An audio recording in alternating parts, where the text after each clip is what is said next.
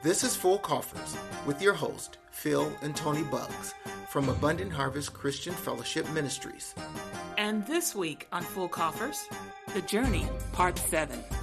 Okay, we left you guys with fast forwarding to March of 1984. Agreed. And so, what happened in March of 1984? Our first child was born. Ooh.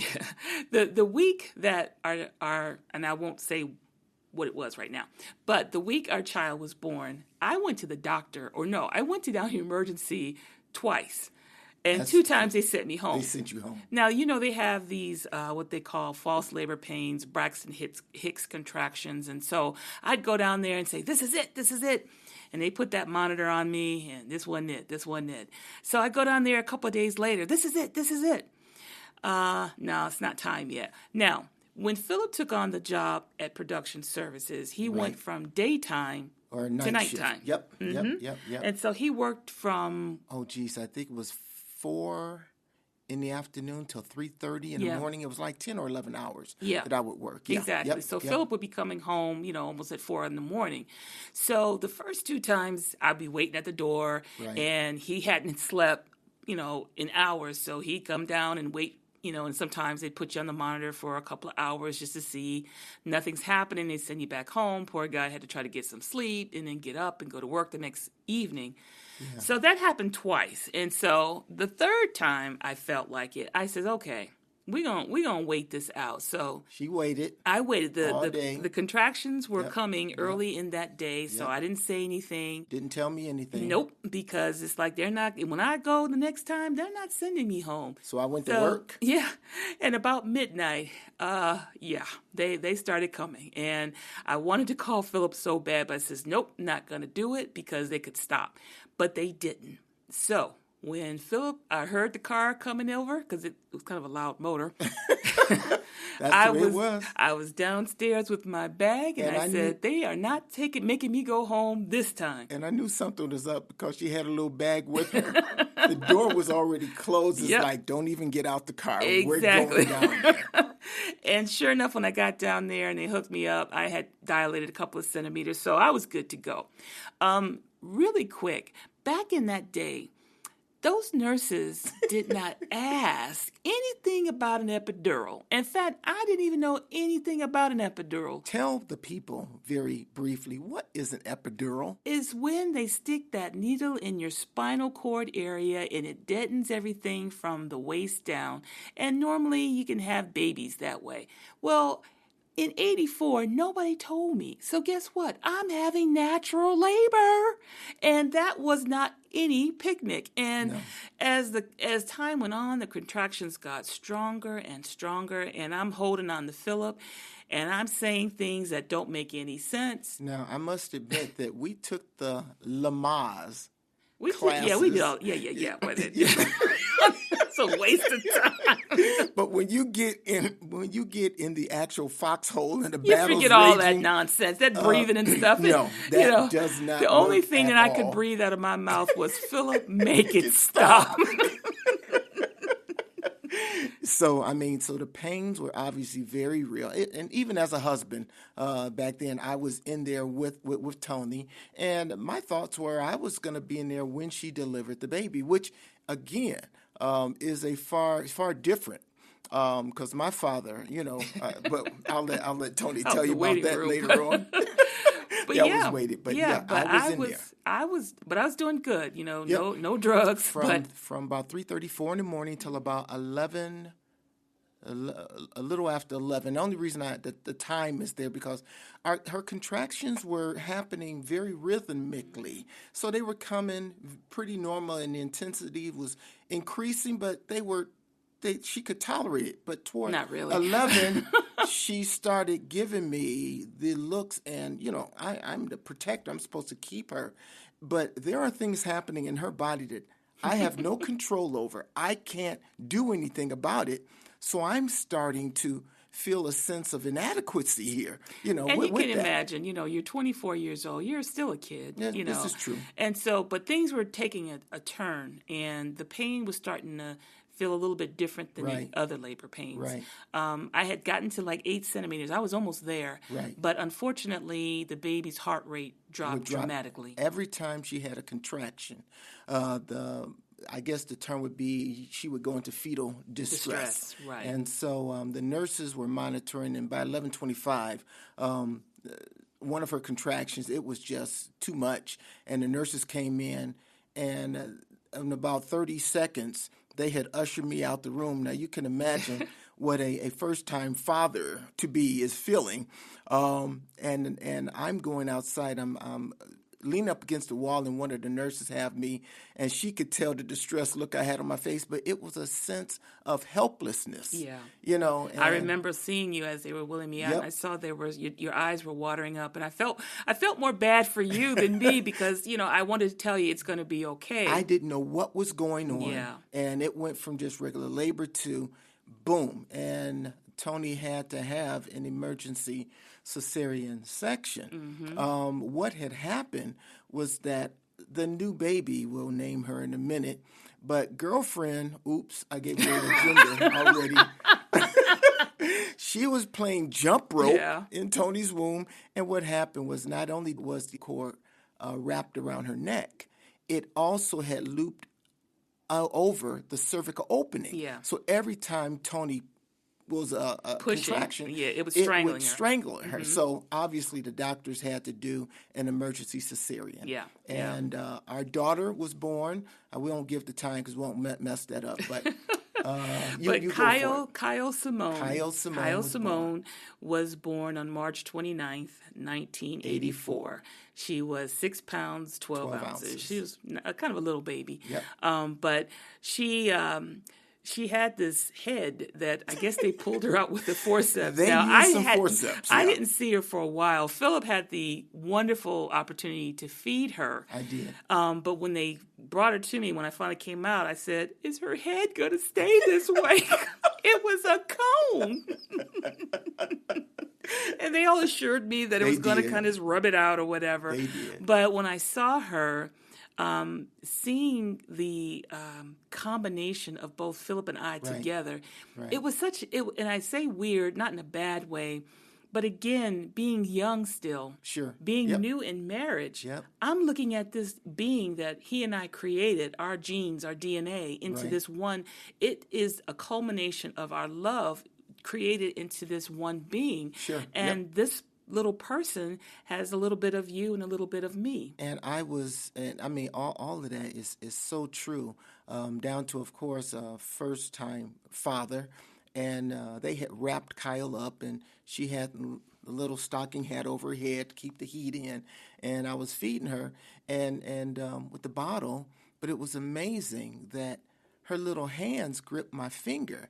And it was amazing for me to see such a small, perfectly shaped hand with little fingernails. It was, and to me that was just amazing to look and to see the skin, just the arms, and I am so humbled by God's miracle of birth. And since her birth was so traumatic in terms of how it changed, one of the things that I've learned in any to be mother or female who is pregnant, there's no such thing, I believe, as a normal pregnancy.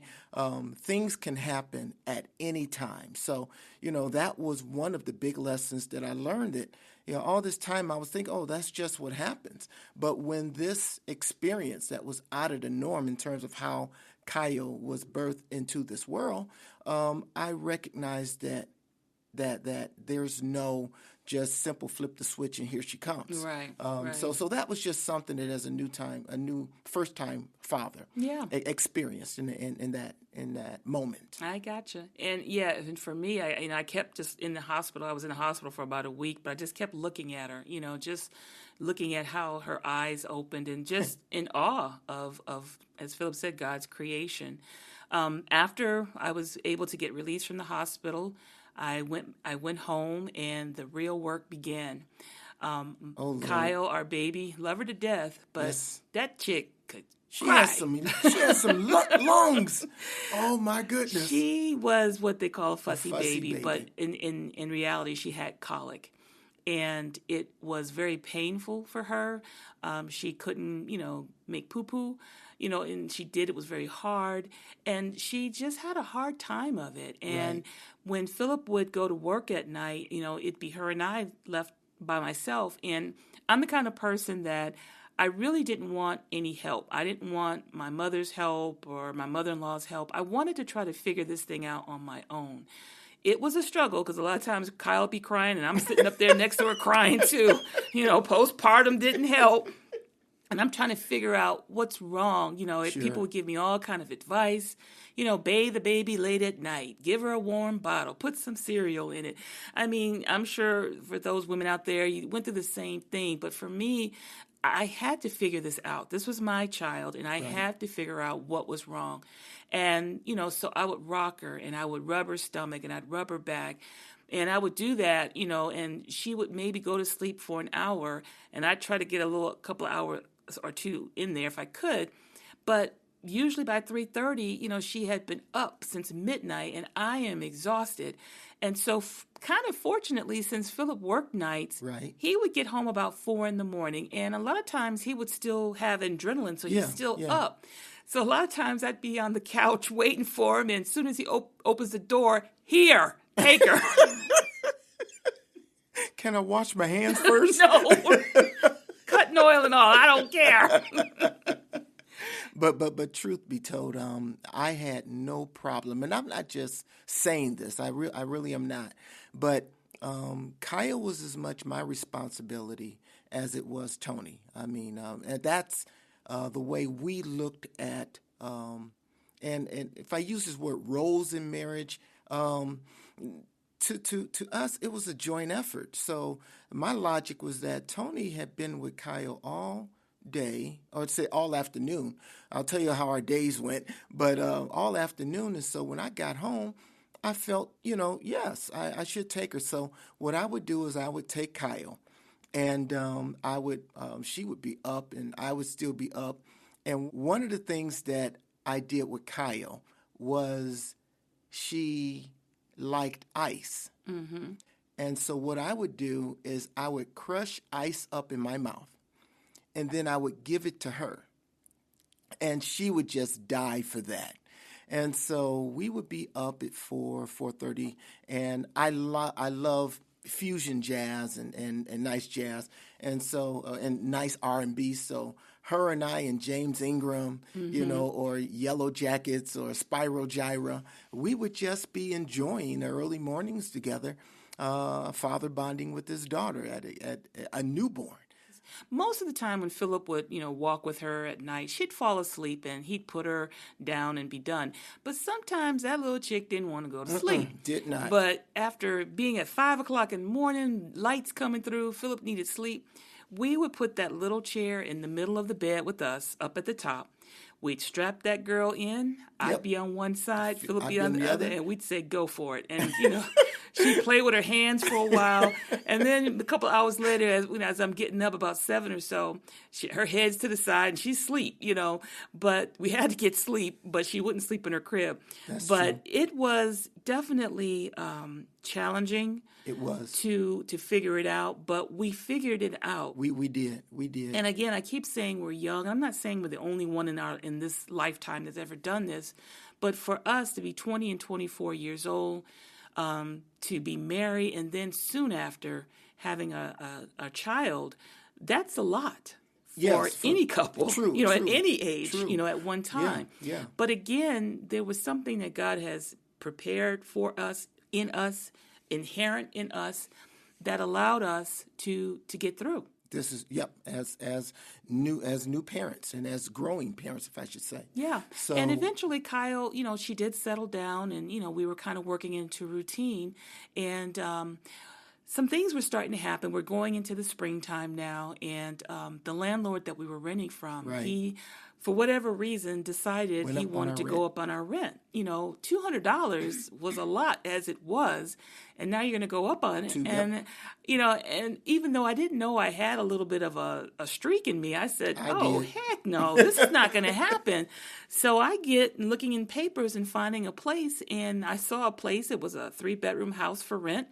I want to say it was on the West west side of Detroit. It was on the west side. And Yep. so, Philip was like, "What kind of house?" And it was only $160. It's $160. And Yeah. Philip said, "What kind of house is that for $160?" I says, "Look, let's at least look at it." We had seen a few other houses around Detroit, and it just didn't fit, and the prices were a lot higher too. Right. So she actually found this house, and it was after church. We decided to go just check it out. I'm simply thinking 160. Nah, this ain't gonna work. But let's go by and see. And that's what we did. Yeah, and so we went by the house, and we actually drove by the house and saw the address, and I had driven by it, and she said, "We drove by it." And I says, "Where?" And so we back up, and we're looking at the address now. And we look at this house, and we see the address, and it matches the address in the newspaper. Oh, yeah, by the way, that's where things were. Detroit News. But we look at this house, and I says, "This can't be the right house." It is a big Yes, it was.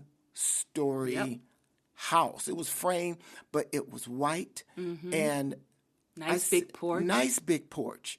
And I'm saying that can't be right. And so we immediately call the landlord. She came over the same day. We saw did. it. Yep. And went in, and I was just amazed. And after the tour, had a finished basement and everything. It did, yep. And we asked her, "Why are you renting this so cheap?" And she says, "Well, whoever I have in the house, I hope that they would maybe do a little more improvement on it." She said, "I didn't want to gouge anybody, but if they come in and they want to do something to upkeep the house, then that's why I charge less." So she only asked for the first month's rent and security deposits, like $300, $400.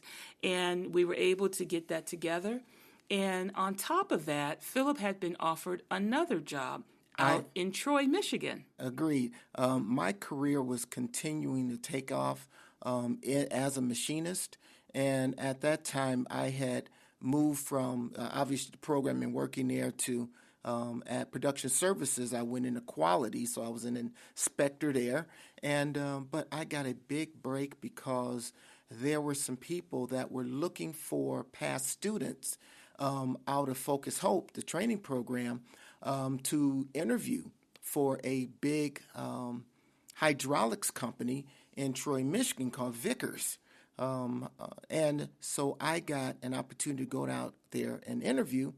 And sure enough, I got hired for that job. So doing the math a little bit, $4 in the program, $4.50 as a employee, to $6.70 as a quality engineer. And all of a sudden, they're going to pay me $11.87 an hour. $22,000. Now, truthfully, because we had been raised in such meager means, to me, I couldn't understand how anyone could spend that much money. Let me show you. I says $11.87. I mean, we're close to double what I was making. Yes. But the blessing that we got, I was a computer numerical control machinist, which was one of the things I wanted to definitely get into. It started in the program. That was mainly manual machining. But CNCs is where I knew business was going to pick up. So working at Vickers out in Troy, Michigan at the time was an R&D facility. All the machines, it was air conditioned. It was a drop ceiling. It was just great. I'm expanding on that because I'm looking at how much God is blessing us. And on top of that, my 73 Mercury Montego was pretty much on her last leg. No, she was on her last Lord, leg. yeah, She was limping. Yeah. Oh man, one of the pistons, the piston rings, were completely shot. So it was like blowing just oil, burnt oil through. So embarrassing. One night we went to Dairy a Queen. Dairy Queen, And we were killing and people with the smoke in the back. we were in the drive-through. We made our order. We were waiting in line, and this guy yelled out the back of his car, "Turn that off!" Yeah. And I felt so bad. But all that being said, we actually also got a new car. Yes. So Yeah. So we had within a new house, a new house a new job, and a new car. and a new car. Wow. And life was great. It And, was great. like Philip was saying, as young people and the struggles that we had to go through, even just then, and they don't seem like a whole lot. When I look at them now, it wasn't really that bad. But back then it was tough. Sure. But we dug down, we depended upon each other, and we depended upon God and to get us through. That's and true. as a result of that, He has blessed us. And I don't want it to make it seem as if the blessing came in all the stuff He gave us, but I believe because of our obedience in Him, or when we were having it tough, we didn't give up on Him. We didn't do anything illegal. We just toughed it out, and That's true. we just knew that He was going to see us through. That's true. And as a reward for being obedient, He blessed us with this. So one May day, the weekend before we moved into the house, we got the car, and it was a May day. It was a Monday, first day that Philip started his new work. job. And I Yep. remember being on the front porch. Kyle was still sleeping. And I just remember it was a sunny day in Detroit in May, and it's just beautiful. And I saw him drive off. He waved at me with his little blue Dickies on. And, Beep beep. and I headed off to yeah, work. and I was just a little housewife at Right. home, and Yep. I had my day, and it was just really good. And for several months, it was just good. We were able to get a little extra. It was Kyle needing things. We had great health insurance. We were just doing the things that we needed to be doing at that age. Yes, as a growing married Exactly. family, as a married couple whose family is growing. Exactly. Do we want to talk about a little bit of money yet or not? Not yet. Okay, we're not. We're going to get to the money. We're going to get to the eventually. money, Yes, yeah. yes. But, as time went on, as time was going on, Kyle and I would make a habit of walking and, we had a stroller and everything. And so we just had a routine. And then when Philip would come home, by this time she's a nice age where she's jumping up and she sees Daddy coming home, and he would give her a bath at night. And it was just really great that to was see really the cool. bonding Yeah, that between was the two cool. of them. Yeah. But maybe somewhere down the line, I started Middle of summer. Yeah. I started feeling a little not so well again, and I thought my blood was a little bit low. And Dun, dun. We didn't quite recognize when the Jaws music played something was going on. So once again, I found myself at the doctor's office, and this time they were pretty direct, and they said, well, you need to go take a sample.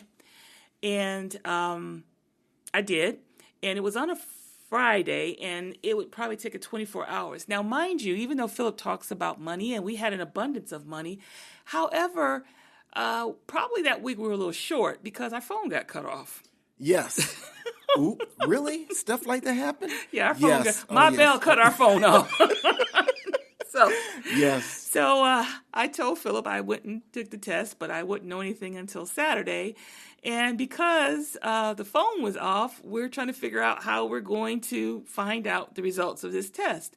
And so Philip had to work that Saturday. Right. He had worked half a Right. day. Yep. And I decided there's a phone booth at the corner. So I put my daughter in the stroller, and I'm walking slowly down the street because I was kind of afraid.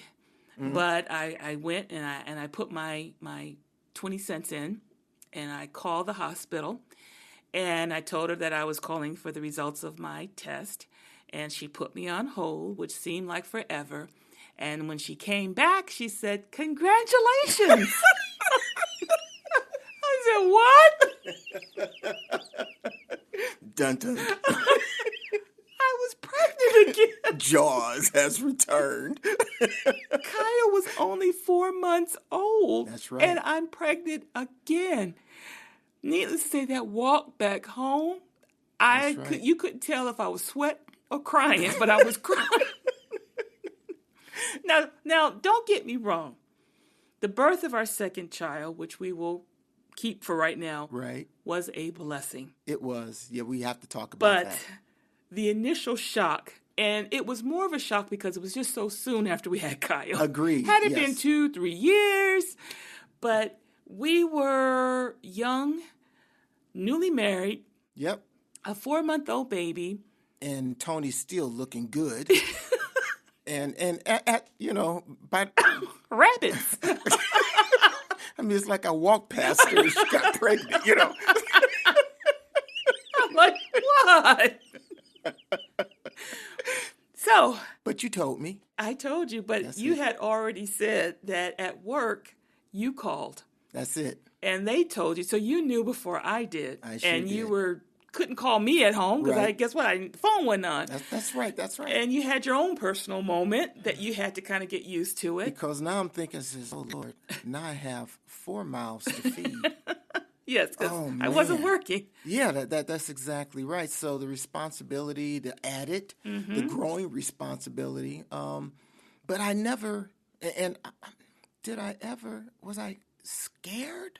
No, I think what just kicked in was I just have to work harder and continue to learn my trade, which I was learning. I was getting good at what I was doing. I was really hungry to learn the trade, and that was even more needed, now that I was about to have another child. And something that Toni and I decided not to do in both her pregnancies.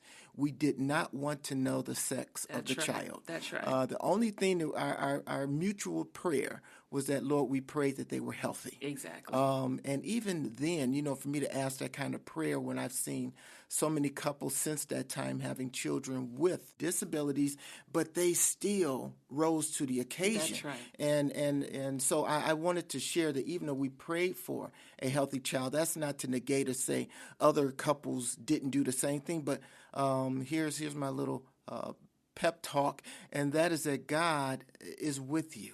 Yes. Either way. And so if you have the God that controls everything, and he requires you to go through a darker valley, the great part is God would go with you through that valley.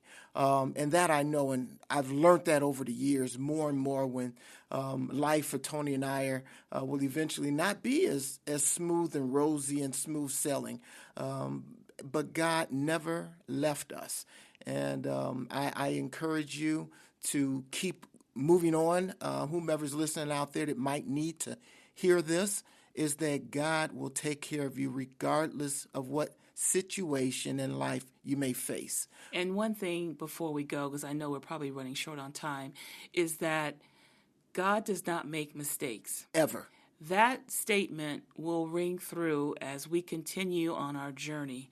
God does not make mistakes. No, he doesn't. What he does do is he provides an opportunity for us to grow our dependency on him and lessen our dependency on our own ways of doing things. That's right. So we will keep you hanging about the sex of our next child till next time. But if you can just imagine having a 4-month-old and then you're pregnant again, that wasn't no easy feat. No, it was not. No, it was but not. As you can see, 30, almost 40 years in, plus 4 years of dating, obviously we made it work. And we're still making it work. That's right. As of right now. That's right. This episode was produced and edited by Miss K. Simone.